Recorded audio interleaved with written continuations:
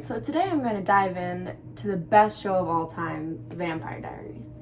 How does this show have to do with the English class assignment, you might ask?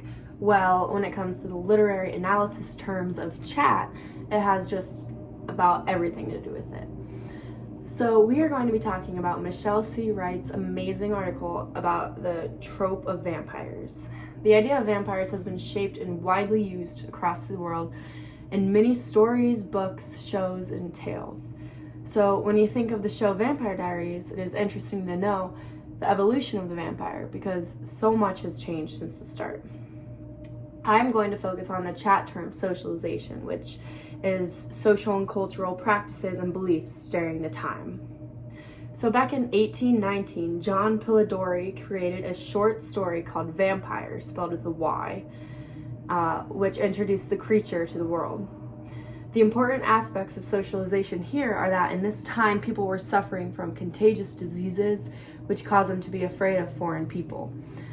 The idea of the vampire fed that fear, and people loved the story because they just would compare it to them being afraid of outsiders, and a vampire to them is like an outsider. So as vampire stories were being written and told as the years went on, the belief that someone can come back to life after the dead became widespread simultaneously with Christianity.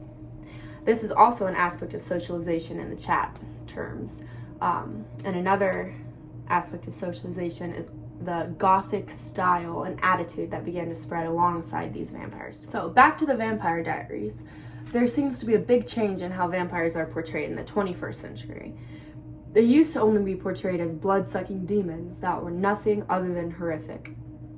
Lately, in shows like The Vampire Diaries and The Twilight Saga, vampires are sexy and alluring and seem to be struggling with something internally rather than being controlled by their ravenous blood appetites.